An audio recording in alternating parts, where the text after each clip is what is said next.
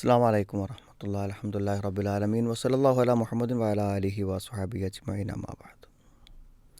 നമ്മൾ ഏറ്റവും വലിയ സമരം ചെയ്യേണ്ടത് നമ്മളുടെ മനസ്സിനോടാണ് എന്ന് പറയുമ്പോൾ പലപ്പോഴും അത് മനസ്സിലാകാതെ പോകുന്നുണ്ട്. ഇപ്പോൾ ഒരു യുദ്ധത്തിന് പുറപ്പെടണം, ഇസ്ലാമികമായി ശറഅ അനുവദിക്കുന്ന ഒരു യുദ്ധത്തിന് പുറപ്പെടണം എന്ന് പറയുമ്പോൾ യുദ്ധം ചെയ്യാനല്ല പ്രയാസം. ഒരു യുദ്ധത്തിന് പോവാൻ മനസ്സ് വിസമ്മതിക്കുമ്പോഴും ഭയപ്പെടുമ്പോഴും ആശങ്കപ്പെടുമ്പോഴും ആ മനസ്സിനെ തോൽപ്പിച്ച് ആ യുദ്ധത്തിന് പോകാനുള്ള മനസ്സാണ് ഏറ്റവും പ്രധാനം. അങ്ങനെയുള്ളൂ. നമ്മളിപ്പോൾ ഒരു വളരെ മേജറായിട്ടുള്ളൊരു ഓപ്പറേഷന് വിധേയമാവുകയാണെങ്കിൽ ഓപ്പറേഷൻ അല്ല പ്രശ്നം, അതങ്ങനെ നമ്മളെ ബോധം കെടുത്തി ചെയ്തോളും. പക്ഷെ അതിന് പോവാനുള്ള ഒരു ധൈര്യം ശക്തിയും മനസ്സിന് കിട്ടലല്ല ഏറ്റവും പ്രധാനപ്പെട്ട കാര്യം. അപ്പോൾ ആ ഒരു മനസ്സിൻ്റെ ശക്തിയാണ് ഏറ്റവും പ്രധാനം. നമ്മൾ തിന്മകളോട് ഏറ്റുമുട്ടുവാനുള്ള, തെറ്റിലേക്ക് നമ്മളെ ആകർഷിക്കുമ്പോൾ ആ തെറ്റിലേക്ക് പോവാതെ പിടിച്ചു നിൽക്കാനും, അതേപോലെ തന്നെ ഒരു ത്യാഗപരമായ പ്രവർത്തനം ചെയ്യാൻ മനസ്സ് വിസമ്മതിക്കുമ്പോൾ ആ മനസ്സിനെ സജ്ജമാക്കാനും, അതാണ് ഏറ്റവും ശ്രമകരമായിട്ടുള്ള പ്രവൃത്തി എന്ന് പറഞ്ഞാൽ അതാണ്. അപ്പോൾ ഇതിൻ്റെ ഏറ്റവും വലിയൊരു ഉദാഹരണമാണ് യൂസുഫ് നബി അലൈഹിസ്സലാം.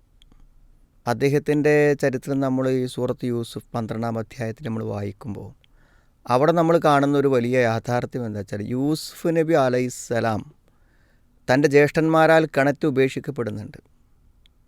ആ കിണറ്റിൽ ഉപേക്ഷിക്കപ്പെടുക എന്ന അതിഭീകരമായ ഭയാനകമായ ഒരു രംഗത്തെ തരണം ചെയ്ത അദ്ദേഹം അപ്പോൾ അനുഭവിച്ച പ്രയാസത്തെക്കാളും അദ്ദേഹം ഏറ്റവും വലിയ പ്രയാസം അനുഭവിച്ചത് ഈജിപ്തിൽ അസീസിൻ്റെ വീട്ടിൽ താമസിക്കുന്ന സമയത്താണ്.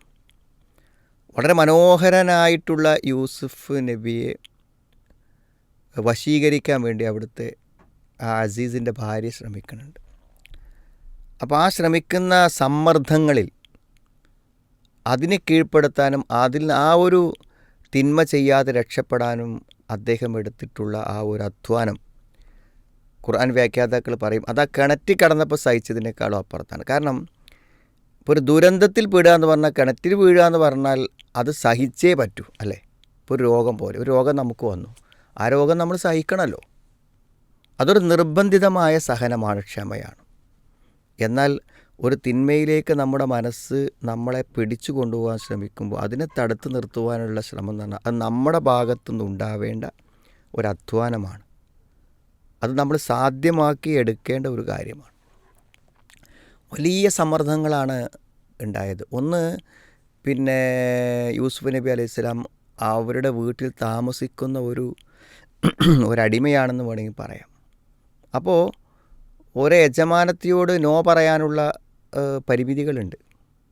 അവരുടെ ചിലവിൽ അവിടെ താമസിക്കുന്ന ആളാണ്. പിന്നെ ആ സ്ത്രീയും അത്യാവശ്യം സൗന്ദര്യമുള്ളൊരു സ്ത്രീയാണ്, ഒരു പുരുഷനാണല്ലോ യൂസുഫ് നബി അലൈഹിസ്സലാം. ആ ഒരു വികാര വിചാരങ്ങളെ അതിജീവിക്കേണ്ടതുണ്ട്. മാത്രമല്ല, ഒരു വാതിലടച്ച് ഉള്ളിലാക്കി രഹസ്യമാക്കിയതിന് ശേഷമാണ് അദ്ദേഹത്തെ വശീകരിക്കാൻ ശ്രമിക്കുന്നത്. അതും കൂടുതൽ അദ്ദേഹത്തെ സ്വാധീനിക്കപ്പെടുന്നൊരു കാര്യമാണ്. പിന്നെ തൻ്റെ നാട്ടിലല്ല, ഒരു അന്യനാട്ടിലാണ്. അതും തിന്മകൾക്ക് മറ്റാരും അറിയില്ല എന്നുള്ള നിലക്ക് തിന്മകൾക്കുള്ള അവസരമാണ്. ഈ എല്ലാ പിന്നെ മാത്രമല്ല വിവാഹിതനാവാത്ത ഒരാളാണ്. ഈ എല്ലാ കാരണങ്ങളും വെച്ച് എത്രമാത്രം സമ്മർദ്ദം ഒരു തിന്മയ്ക്കുണ്ട്. പക്ഷേ ആ തിന്മയെ അതിജീവിക്കാൻ സാധിച്ചു എന്നുള്ളതാണ് അദ്ദേഹത്തിൻ്റെ ഏറ്റവും വലിയ മാനസികമായ ശക്തി എന്ന് പറഞ്ഞാൽ. അത് കഴിഞ്ഞിട്ട് പിന്നെയും നമുക്ക് കാണാൻ പറ്റും, ഈ യൂസുഫ് നബി അലൈഹിസ്സലാമിനെ വശീകരിക്കാൻ ശ്രമിച്ചു എന്ന വാർത്ത നാട്ടിൽ വന്നപ്പോൾ യൂസുഫ് നബി അലൈഹിസ്സലാമിനെ കാണണം, ഇത്രയും മനോഹരമായ ഒരാളുണ്ടെങ്കിൽ അയാളൊന്ന് കാണണമല്ലോ എന്നുള്ളത് അവിടുത്തെ സ്ത്രീകൾക്ക് ആഗ്രഹം ഉണ്ടായതാണ്. അവരുപയോഗിച്ച തന്ത്രമാണെന്ത്? ഈ ആരോപണങ്ങളെ അവർ ശക്തമായി പ്രചരിപ്പിച്ചു. അപ്പോൾ സ്വാഭാവികമായിട്ട് എന്തു ചെയ്യും? യൂസുഫിനെ അവർക്ക് കാണിച്ചു കൊടുക്കും. ഈ യൂസുഫിനെ നിങ്ങളാണെങ്കിൽ എൻ്റെ അതേ അവസ്ഥയായിരിക്കും നിങ്ങൾക്കുണ്ടാവുക. ഇത്രയും സുന്ദരനായ ഒരു യൂസുഫിനെ കണ്ടാൽ ഞാൻ ചെയ്ത പോലെ നിങ്ങളും ചെയ്യും എന്ന് അവരെ ബോധ്യപ്പെടുത്തണമെങ്കിൽ യൂസുഫിനെ കാണിച്ചു കൊടുക്കണം. അപ്പോൾ അവർക്ക് യൂസുഫിനെ കാണാൻ അവസരം കിട്ടും. യൂസുഫിനെ കണ്ടു.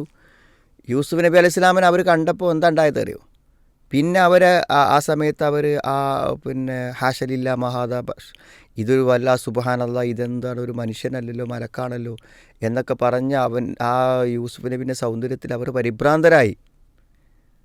എന്നിട്ട് അവരുടെ കൈകൾ മുറിഞ്ഞു.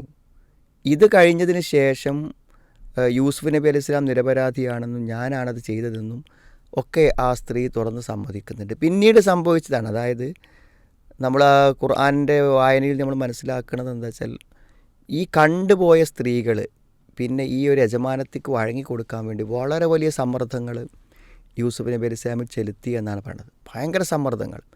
ആ സമ്മർദ്ദങ്ങളെ അതിജീവിക്കുന്നതിലുള്ള പ്രതിസന്ധിയിലാണ് അദ്ദേഹം പറഞ്ഞ് കാർ റബ്ബി സിജ്നു അഹബ്ബു ഇലയ്യ മിമ്മാ യദ്ഉനനി ഇലൈഹി, റബ്ബേ എനിക്ക് ജയിലാണ് ഏറ്റവും ഇഷ്ടമെന്ന്. കാരണം ഈ പ്രതിസന്ധികളിൽ, ഈ തിന്മയ്ക്കെതിരെയുള്ള പോരാട്ടത്തിൽ പിടിച്ചു നിൽക്കാൻ, എൻ്റെ ദേഹേച്ഛയുള്ള സമരം, അതിനേക്കാളും എനിക്ക് എളുപ്പം ജയിലിലെ പീഡനങ്ങളും പ്രയാസങ്ങളുമാണെന്ന് പറയുമ്പോൾ എത്ര ശ്രമകരമാണ് ഒരു തിന്മയ്ക്കെതിരെ ജീവിക്കുക എന്ന് പറഞ്ഞാൽ. അപ്പോൾ നമ്മളൊക്കെ നമ്മുടെ ജീവിതത്തിൽ ഏറ്റവും വലിയ സാഹസവും ഏറ്റവും വലിയ ത്യാഗവും അനുഭവിക്കേണ്ട തിന്മകളിൽ നിന്ന് വിട്ടു നിൽക്കാനാണ്. തെറ്റായ സാമ്പത്തിക മോഹങ്ങൾ, ദേഹേച്ഛകൾ, തിന്മകൾ, ഇത്തരം കാര്യങ്ങളിൽ നിന്ന് വിട്ടു നിൽക്കുവാനുള്ള സമരത്തിൽ നമ്മൾ വിജയിക്കണം. അത് നമ്മൾ പരാജയപ്പെട്ടു പോകുന്ന സമരങ്ങളാണെന്ന് മനസ്സിലാക്കി ആത്മവിശ്വാസത്തോടു കൂടെ അള്ളാഹുവിൽ ഭരമേൽപ്പിച്ച് നമുക്കതിന് വേണ്ട എല്ലാവിധ പ്രതിരോധങ്ങളും സ്വീകരിച്ച് ശരിയായ വിശ്വാസികളായി മുന്നോട്ട് പോകാൻ അള്ളാഹു നമുക്ക് തൗഫീക്ക് പ്രദാനം ചെയ്യുമാറാവട്ടെ.